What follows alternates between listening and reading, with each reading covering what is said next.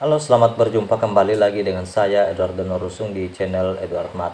Di video ini saya akan membahas contoh soal materi transformasi untuk persiapan penilaian harian mata pelajaran matematika kelas 9 SMP.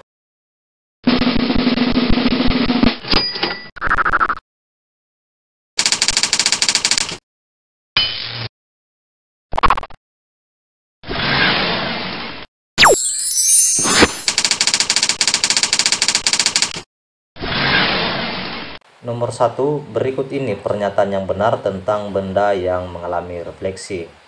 Untuk bisa menjawab ini, kita kembali perhatikan sifat bayangan benda yang dibentuk oleh pencerminan. Di antaranya, bayangan suatu bangun yang dicerminkan memiliki bentuk dan ukuran yang sama dengan bangun aslinya. Kemudian jarak bayangan ke cermin sama dengan jarak benda aslinya ke cermin. Kemudian bayangan bangun pada cermin akan saling berhadapan. Kita cek semua opsinya. Opsi A, bayangan memiliki ukuran yang lebih besar daripada benda aslinya. Ini salah. Kemudian bayangan memiliki ukuran yang lebih kecil. Ini juga salah, harusnya sama ya. Bagian C, bayangan benda tersebut akan berhadapan dengan bangun aslinya. Oke, ini benar, tentu saja jawabannya adalah bagian C. Untuk bagian D, jarak bayangan ke sumbu cermin berbeda dengan jarak benda aslinya. Ini juga salah, harusnya sama. Oke, kita pindah ke nomor 2. Koordinat bayangan dari titik L12,6 setelah direfleksikan terhadap garis Y sama dengan X. Oke, untuk aturannya, kalau dicerminkan terhadap garis Y sama dengan X, maka sebarang titik itu, misalnya titik X, Y, koordinatnya ini cukup diputar ya menjadi Y, X. Oke, saya tidak akan jelaskan lagi bagaimana cara mendapatkannya. Kita cukup jawab saja soal ini.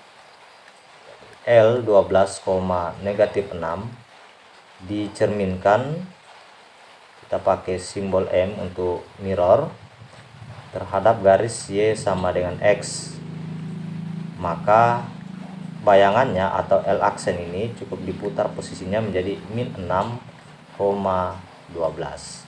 Jadi jawaban yang benar adalah bagian B. Selanjutnya nomor 3, diketahui PQRS adalah persegi di mana P min 2,3, Q 3,3, R 3,2 dan S ini belum diketahui, masih M, N. Ya, jika persegi PQRS direfleksikan terhadap titik pangkal atau O 0,0, maka koordinat bayangan dari S adalah titik-titik. Oke, kita mengetahui aturannya ini. Kalau dicerminkan terhadap titik O atau 0,0 itu, maka koordinatnya ini cukup dikali dengan negatif semuanya, baik X maupun Y. Oke, dalam soal ini kita perlu mengetahui dulu titik S.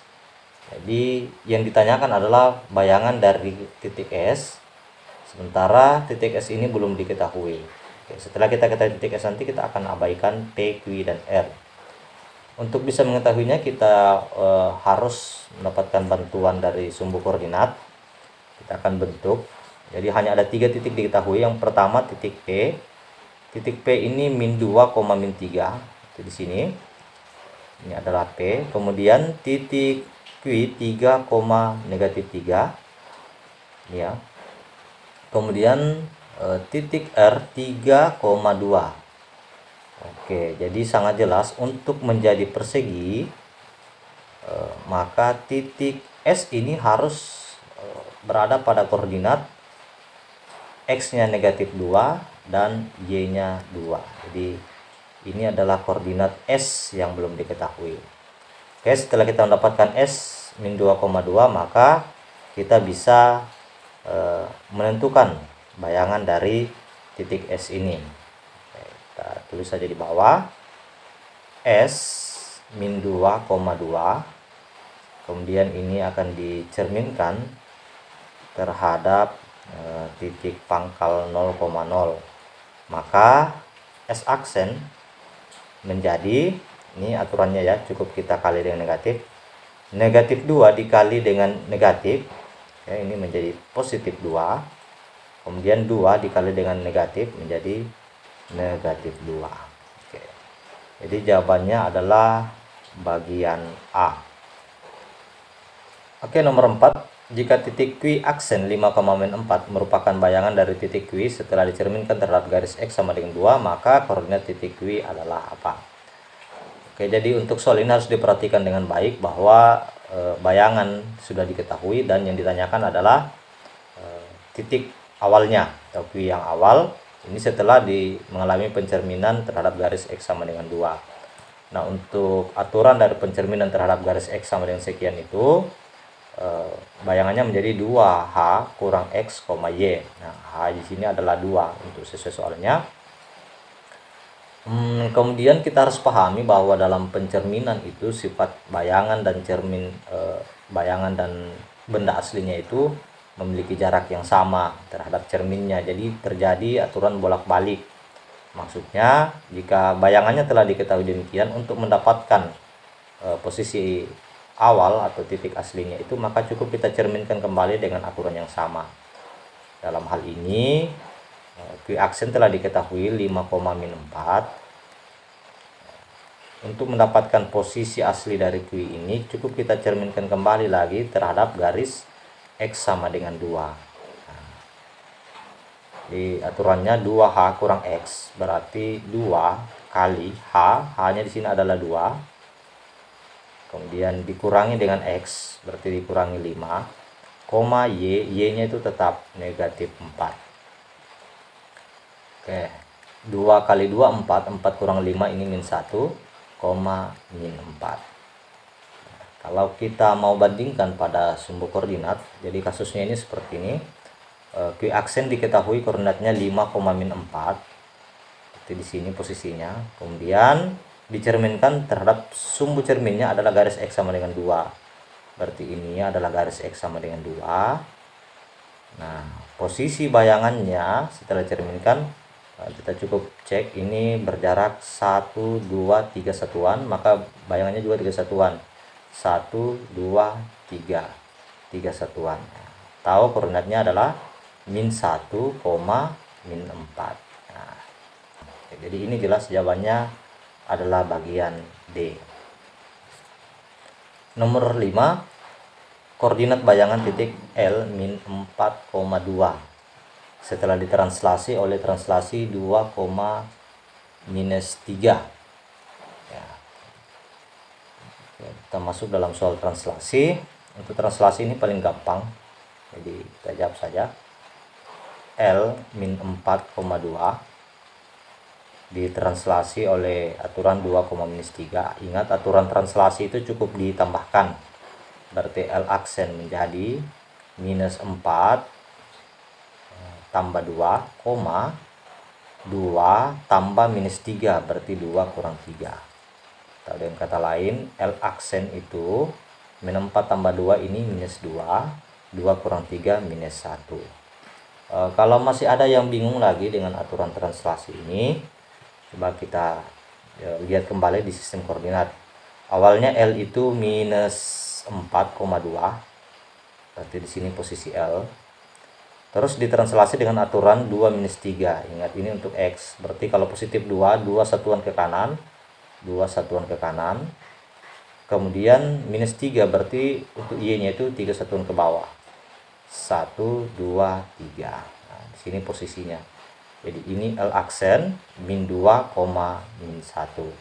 Jadi jawabannya adalah bagian D. Nomor 6, diketahui N aksen minus 3,5 adalah bayangan dari titik N setelah mengalami translasi min 1,4. Koordinat titik N adalah, jadi ini bayangannya telah diketahui, translasinya juga, kemudian titik asalnya yang ditanyakan. Oke, aturannya sama, jadi kita bisa deskripsikan seperti ini. N belum diketahui, kita misalkan saja dia X, Y. Mengalami translasi minus 1, 4. Oke, kemudian bayangan telah diketahui minus 3,5.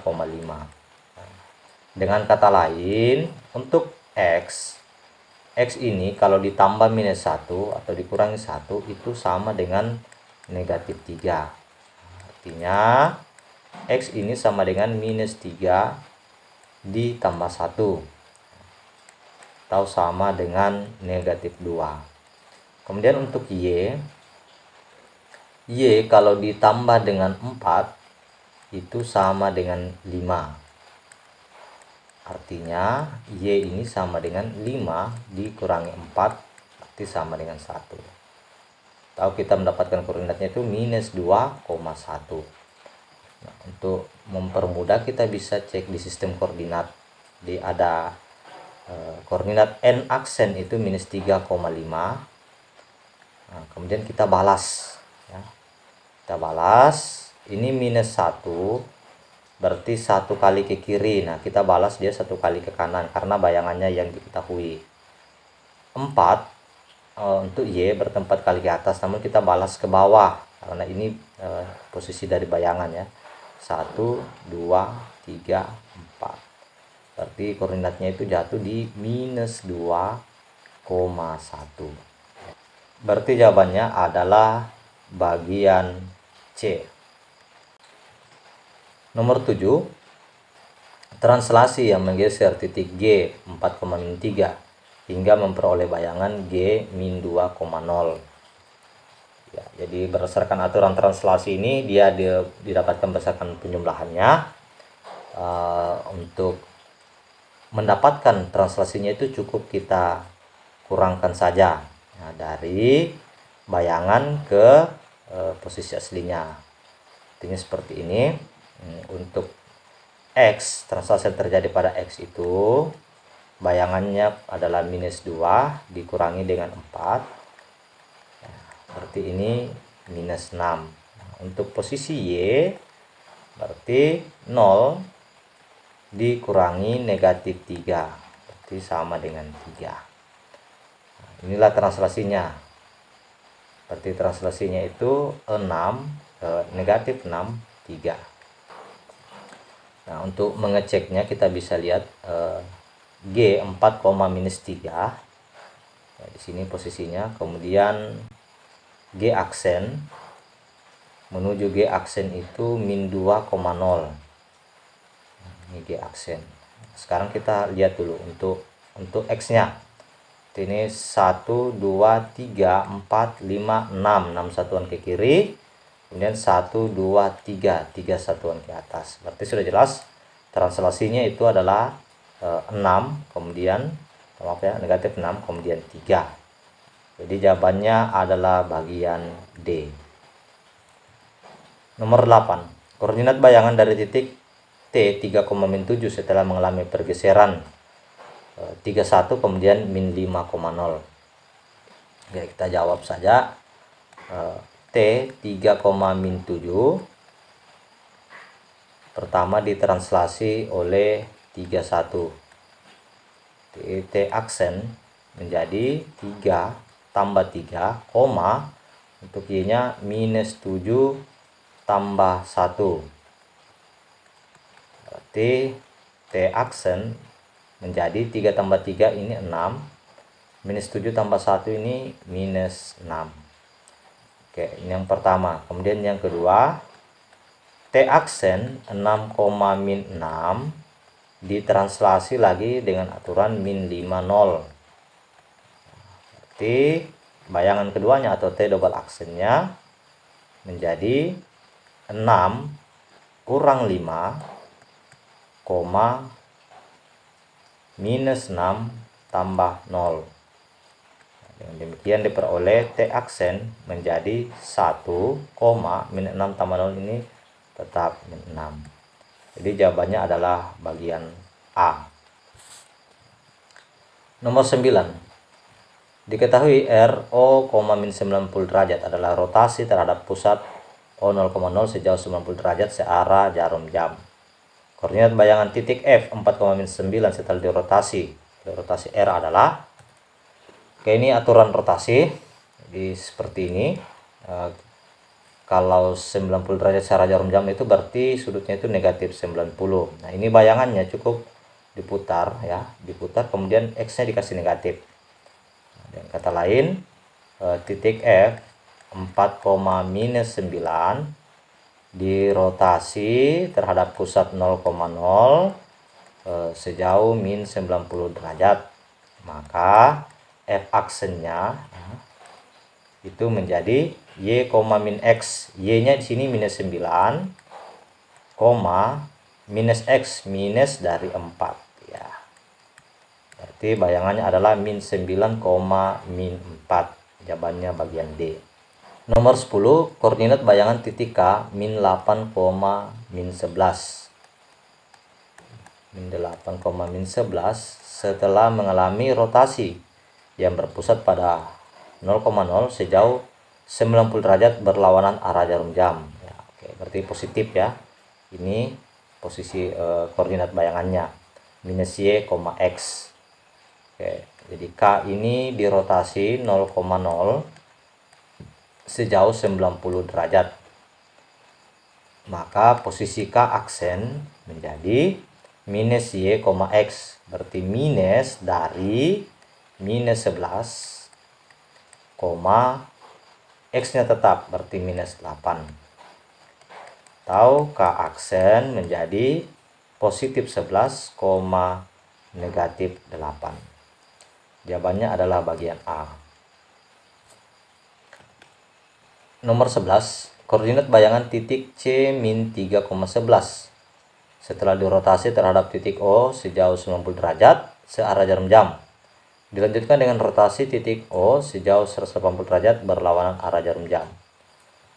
Oke, jadi ini aturan rotasi. Kita langsung saja menjawabnya. Awalnya C adalah min 3, min 11. Kemudian dirotasi terhadap titik O, titik pusat O, atau 0,0 sejauh 90 derajat searah jarum jam, berarti negatif 90 derajat. Bayangannya menjadi yang ini ya, Y, min X. Y, min X. Y-nya adalah min 11, min X, berarti minus dari minus 3 atau positif 3. Ya. Kemudian C aksen ini dirotasi lagi. Jadi sudah jadi min 11,3.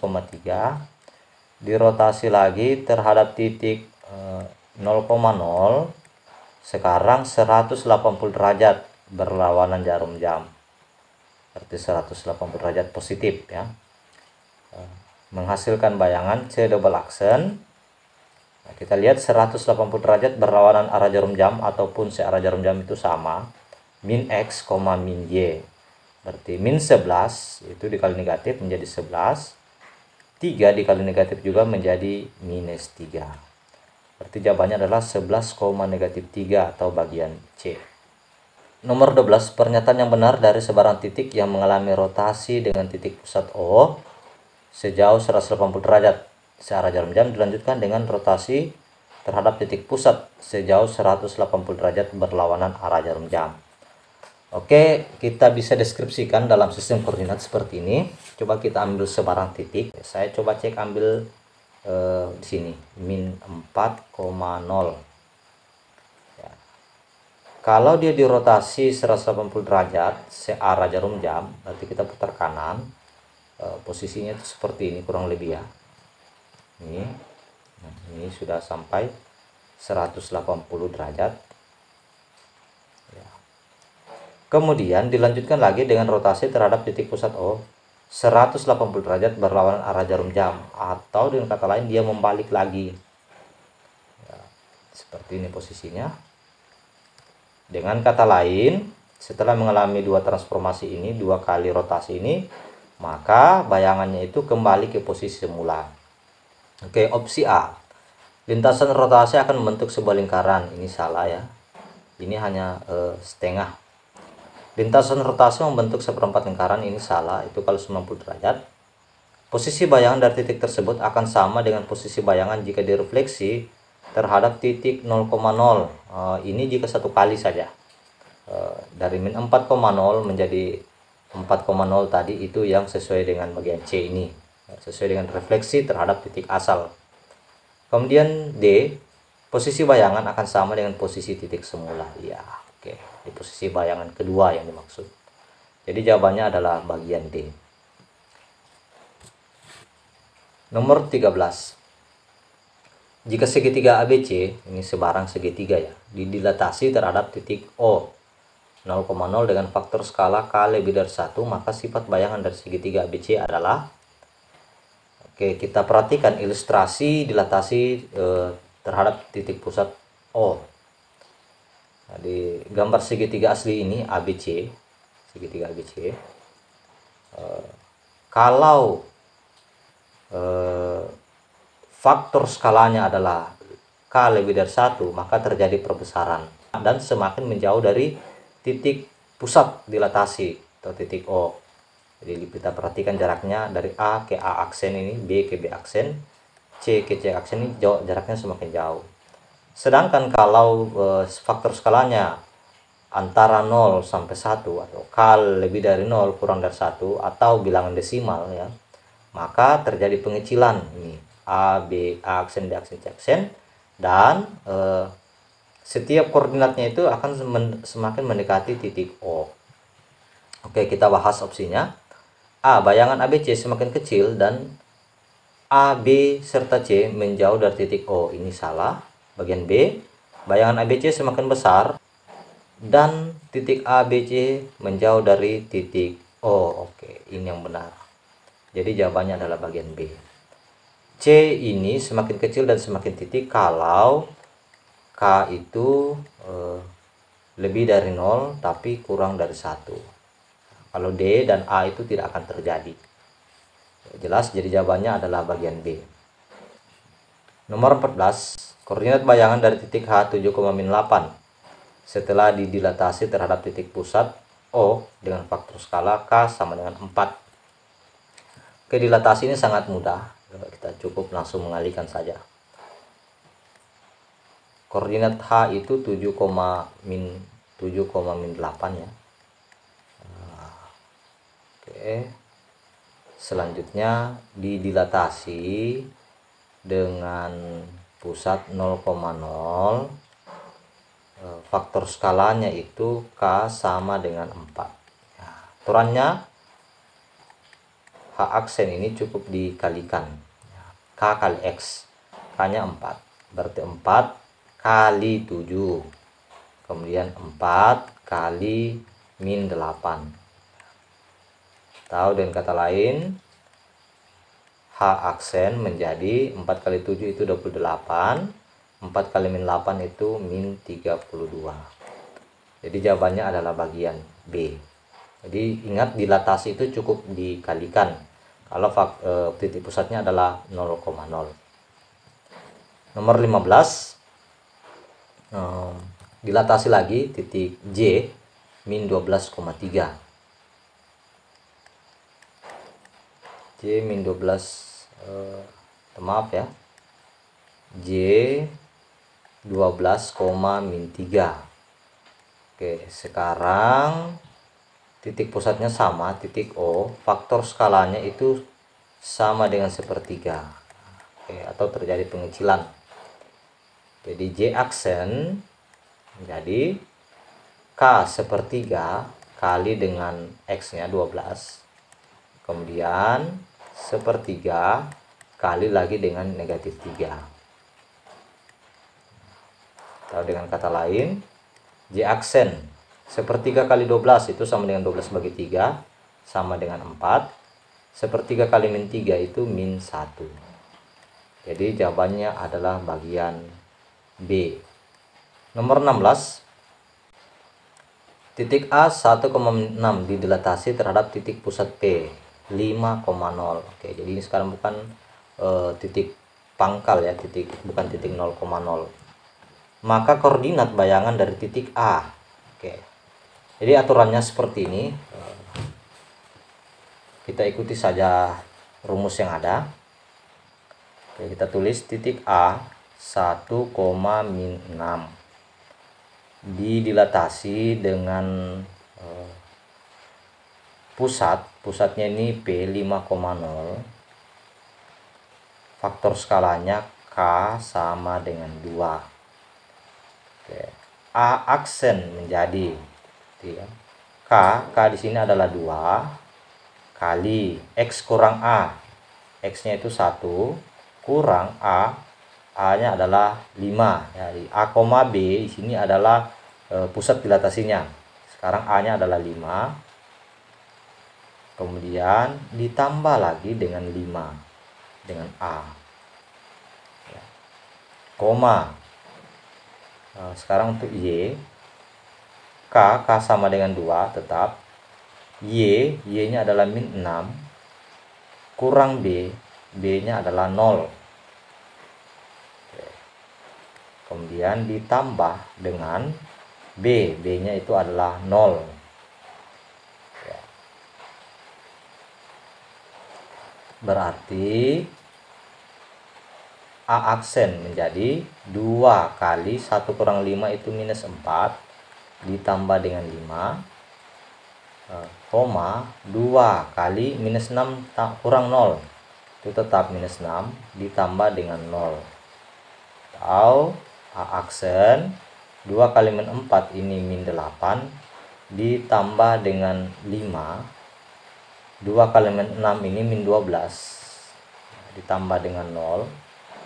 Dengan kata lain, A aksennya adalah min 8 tambah 5 ini adalah minus 3, min 12 tambah 0 tetap min 12. Berarti jawabannya adalah bagian D.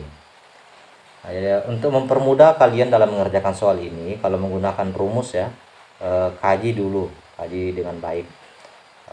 X-nya itu apa? Jadi dalam hal ini kalau kita kaji, X-nya itu adalah 1, kemudian Y-nya adalah minus 6, A adalah pusat dilatasi untuk X ya, X untuk pusat dilatasinya dalam soal ini 5, kemudian B-nya adalah 0, setelah itu faktor skalanya adalah 2. Jadi semuanya ini harus dipahami dengan baik, bisa dipilah, identifikasi, baru bisa menggunakan rumus yang ada.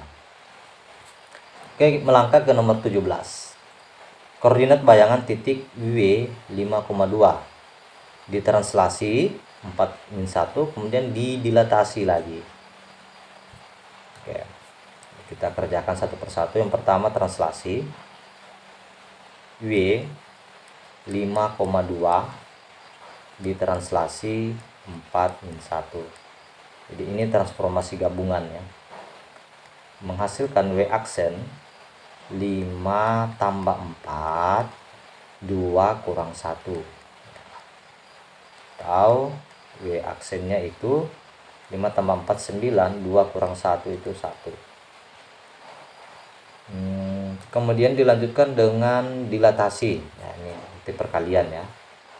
Sekarang W aksen sudah 9,1.